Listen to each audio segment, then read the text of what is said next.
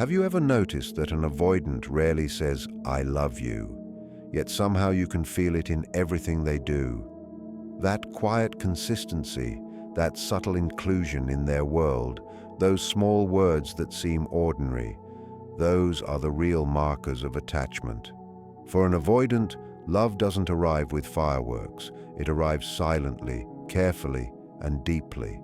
The avoidant rarely declares love directly because direct declaration feels like a loss of control rather than an expression of feeling. Love for the avoidant is not absent. It is regulated, filtered, and translated into language that preserves autonomy.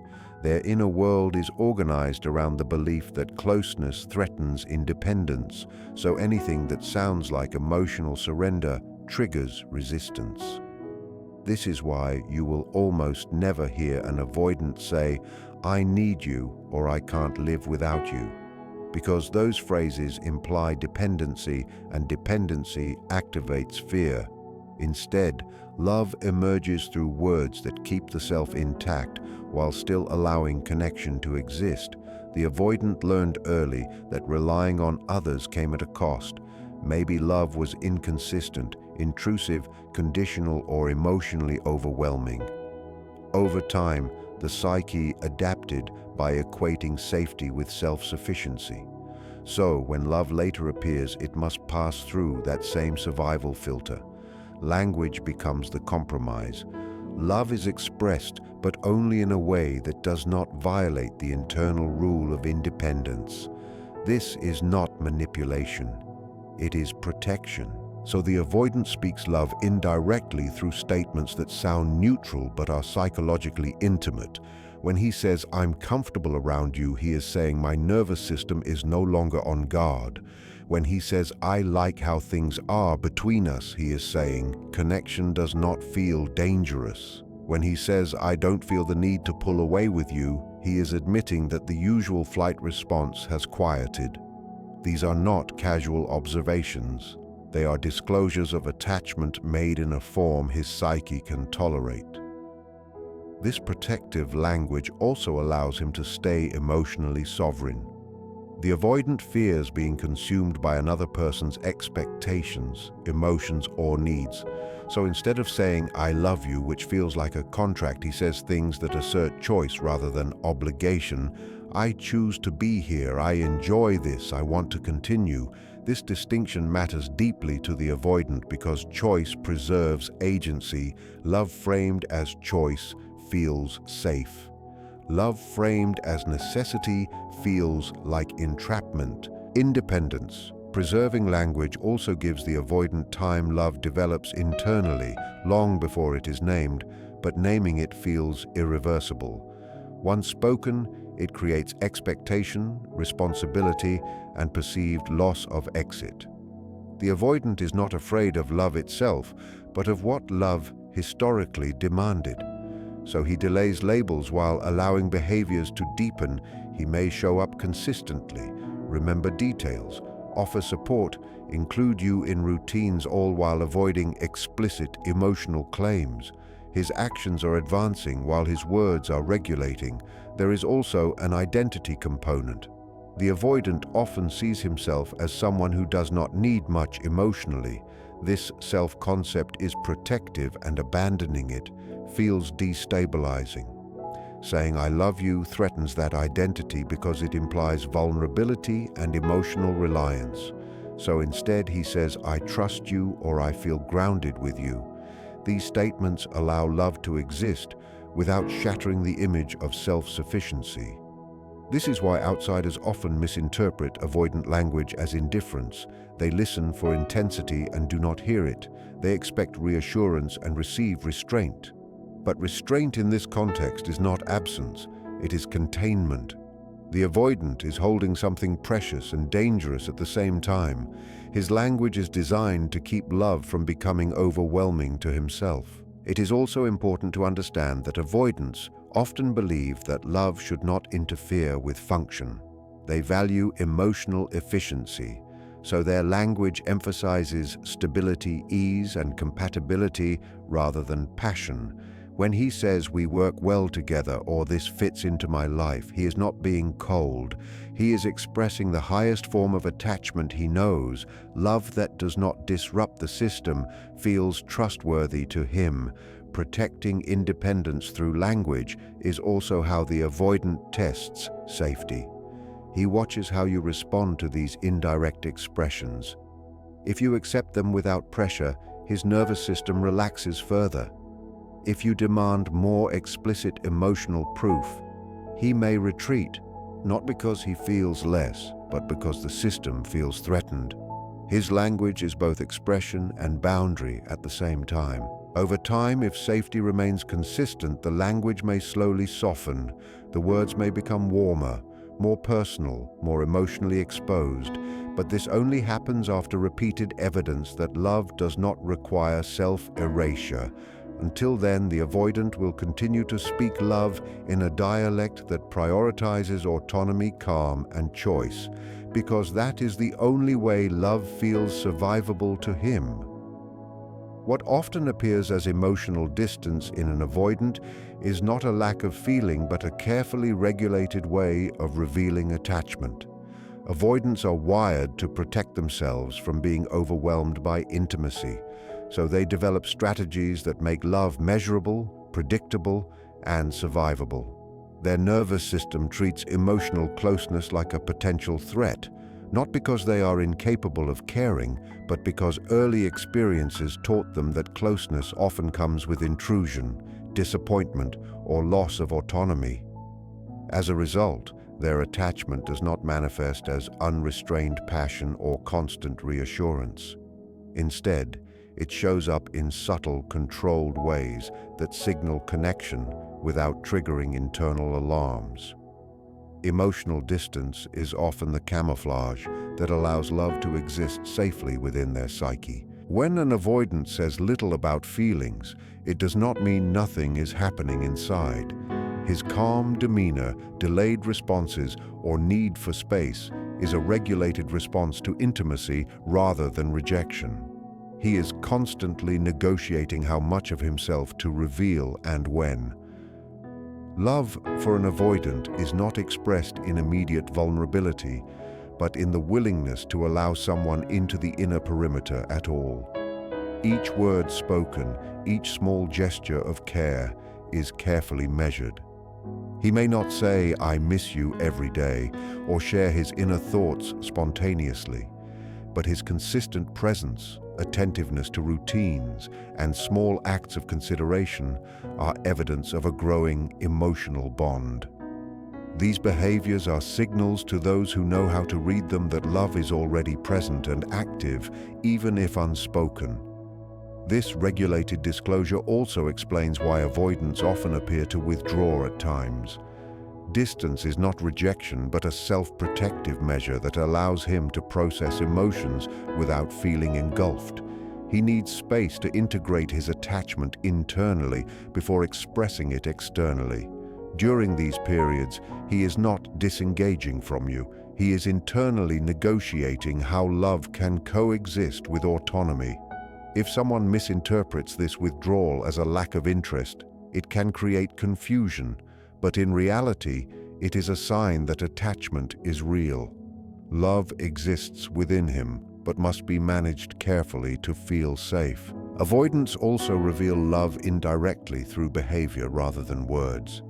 While others may express care through grand declarations or emotional intensity, the avoidant shows it by remembering details, offering consistent support, and maintaining reliability.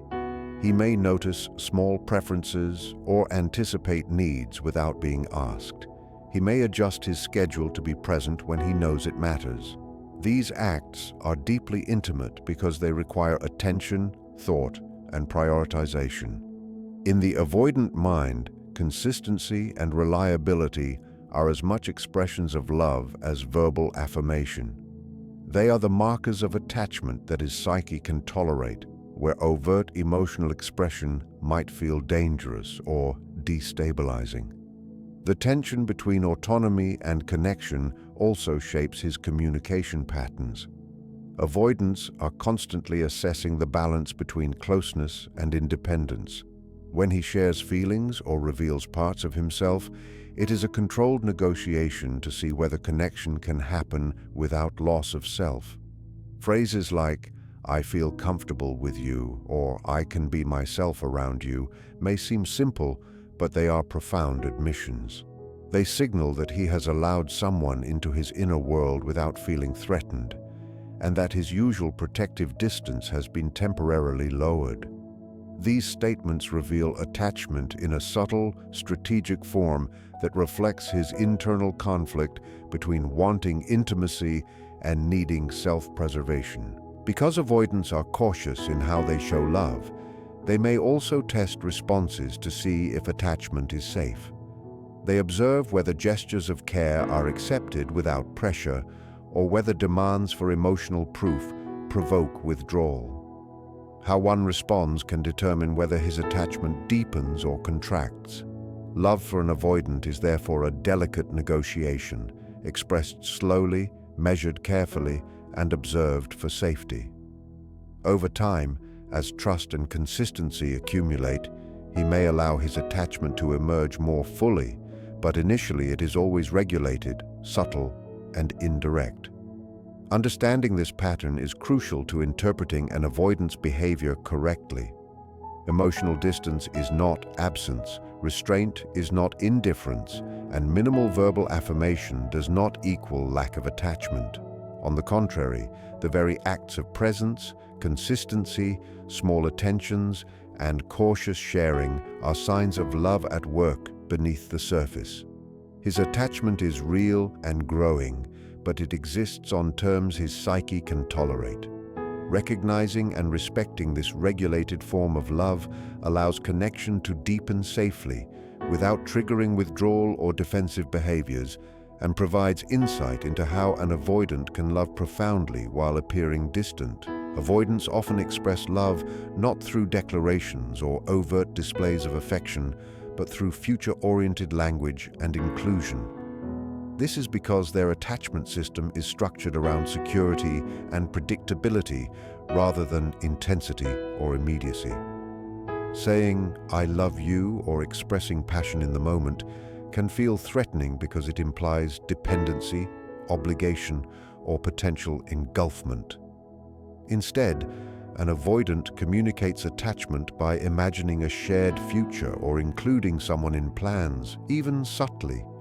When he says, "We could do this someday," or "next time we should," he is creating a psychological space where connection exists safely.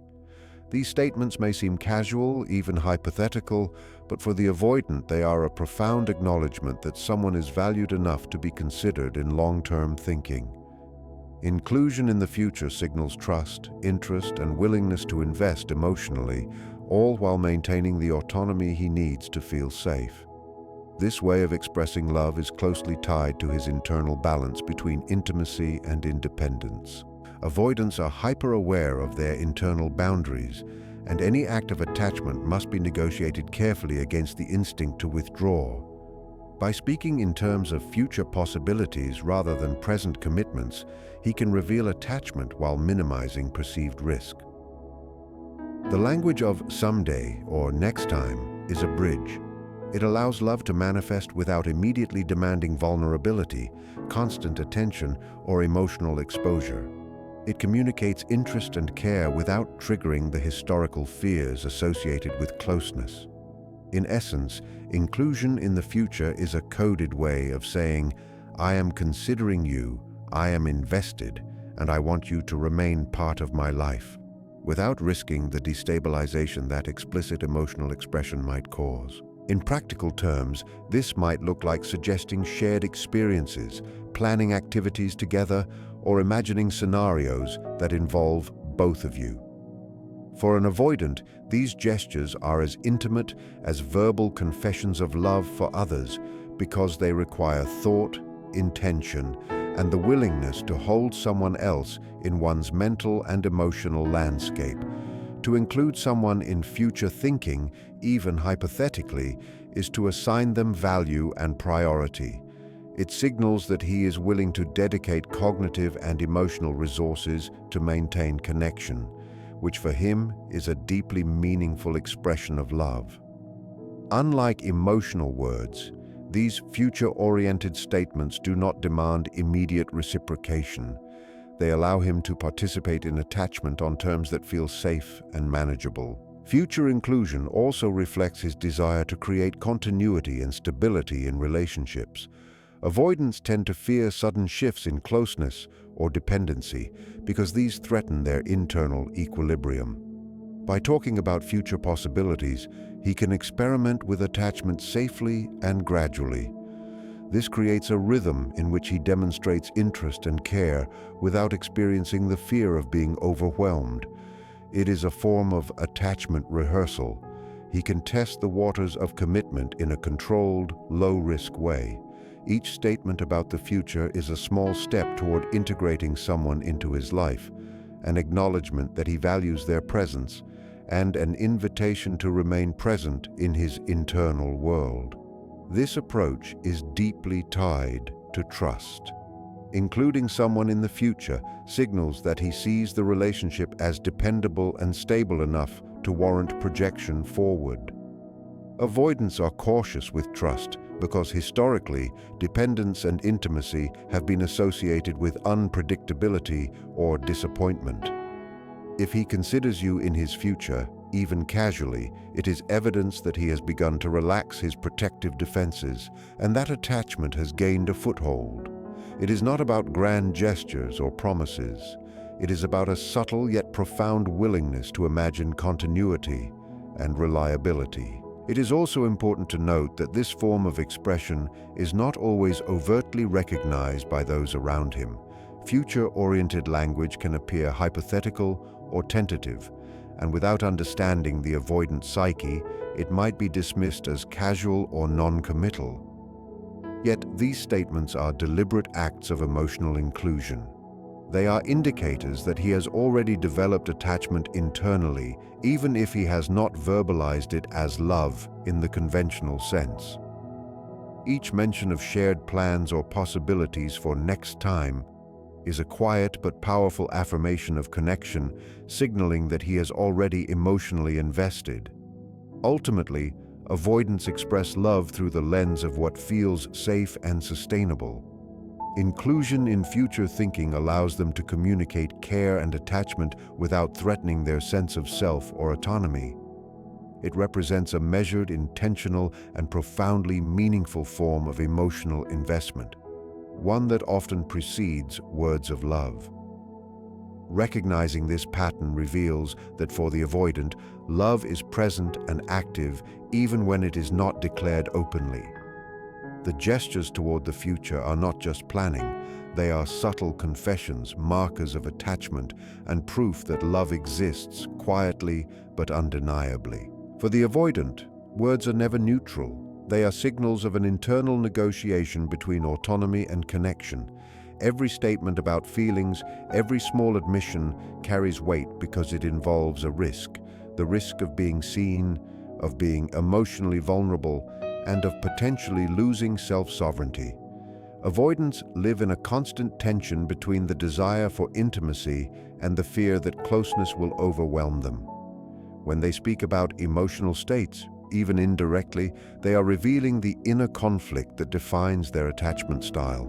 What might sound casual to an outsider often represents a deeply calculated balance, a compromise between the need to protect themselves and the desire to form a bond.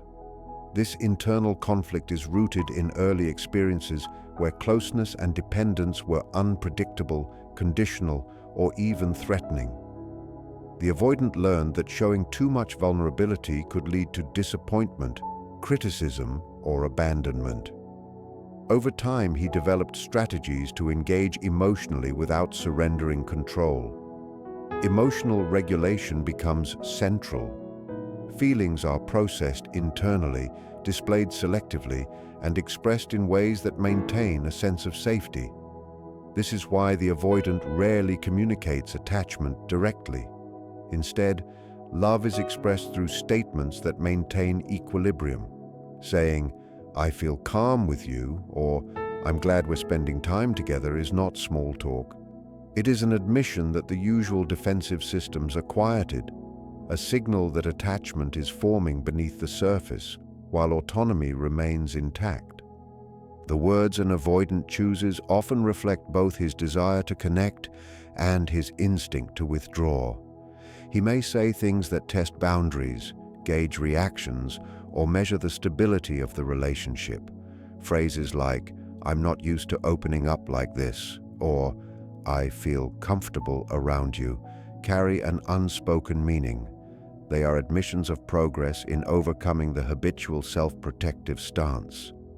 To an avoidant, vulnerability is frightening, so these small statements are monumental. They indicate that he is acknowledging his own emotional state and sharing it selectively, which is an act of trust and a step toward deeper connection. This inner conflict also shapes the avoidant's approach to love and attachment. Love is never all-encompassing from the outset. It emerges in stages as he negotiates between the instinct to flee and the instinct to connect. Each word, each gesture is filtered through this negotiation. By regulating his expression, he can maintain a sense of security while exploring attachment. This is why avoidants often appear inconsistent. They may engage fully at one moment and withdraw the next. It is not a reflection of diminished feeling, but a reflection of the constant balancing act they perform internally. Emotional expression is permitted only to the degree that it does not threaten autonomy. Because of this tension, avoidants communicate love in ways that are subtle and indirect. He may express attachment through small, reliable actions, remembering details, showing up consistently, including you in minor plans, or maintaining connection without overwhelming emotional intensity. Each of these behaviors is meaningful because it signals ongoing commitment without forcing immediate emotional surrender. Words are part of this system, carefully chosen, deliberate, and revealing attachment while keeping the self protected. "I enjoy spending time with you" is as close as he can come to verbalizing deep feeling because it communicates connection without implying neediness or dependency. The conflict between autonomy and connection also explains why avoidants often delay verbal declarations of love. Speaking those words feels irreversible, creating obligation and expectation that may overwhelm their carefully maintained balance. Instead, attachment is expressed through incremental admissions and actions that signal interest and investment. Each small statement is a psychological test. Is this safe?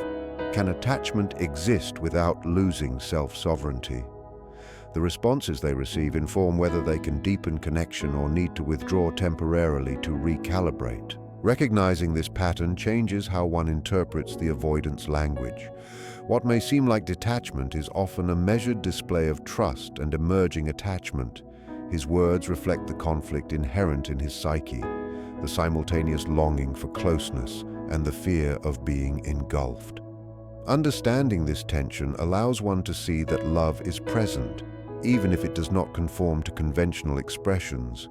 Each carefully chosen phrase is an act of courage, a negotiation, and ultimately a signal that attachment has taken root, carefully woven into the fabric of his internal equilibrium.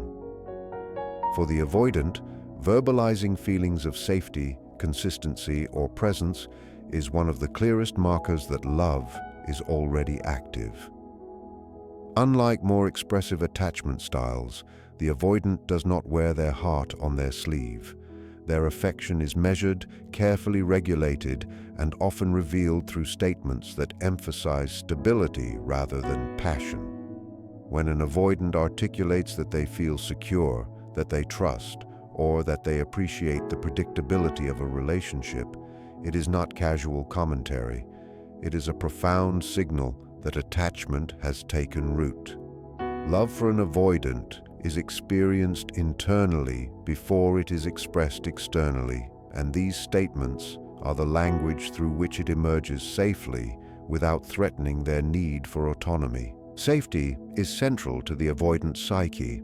From early experiences, closeness often came with unpredictability, disappointment, or intrusion, creating an association between intimacy and danger. To protect themselves, avoidants develop a highly attuned sense of boundaries and self-regulation. They are skilled at managing their emotional exposure and only reveal attachment when they feel secure enough to do so. Thus, when an avoidant says, "I feel safe with you," or "I trust you," it is a declaration of both emotional risk and emotional reward. They are acknowledging that their defenses have been lowered and that connection no longer feels threatening. These words are not casual. They are milestones in the internal progression of attachment, revealing that love has quietly established itself in their inner world. Consistency is another way avoidants express attachment. They may not verbalize constant emotional affirmation, but their actions and selective statements demonstrate reliability and intentionality. When he says, "I'll be there," or "I'm thinking about you," he is making a deliberate choice to maintain connection. For an avoidant, showing up consistently is a higher form of love than a spontaneous emotional outburst because it requires deliberate effort and challenges the instinct to withdraw. Their attachment is revealed less in bursts of passion and more in steady, predictable presence. Words that highlight this consistency, such as acknowledging routines, commitments, or small plans, signal a growing investment and the integration of another person into his life without compromising self-sovereignty. Presence, too, is a critical measure of attachment. Avoidants often value time and space, but when they verbalize that they want to spend time with someone, it is significant. Saying, "I like being with you," or "I enjoy our time together," reflects an intentional choice to be present, a conscious prioritization of connection over avoidance. Presence is not about mere proximity. It is about choosing to engage emotionally and mentally while maintaining the boundaries that make intimacy tolerable. By expressing this through words, the avoidant signals not only that they value the relationship, but that they are willing to inhabit a shared emotional space, which is a subtle but profound form of love. These statements about safety, consistency, and presence also reveal trust. For the avoidant, trust is not lightly given. It is built gradually through repeated evidence that attachment does not threaten autonomy. When they verbalize trust, it reflects an internal negotiation that has concluded favorably. They perceive the other person as reliable, non-intrusive, and compatible with their need for self-preservation.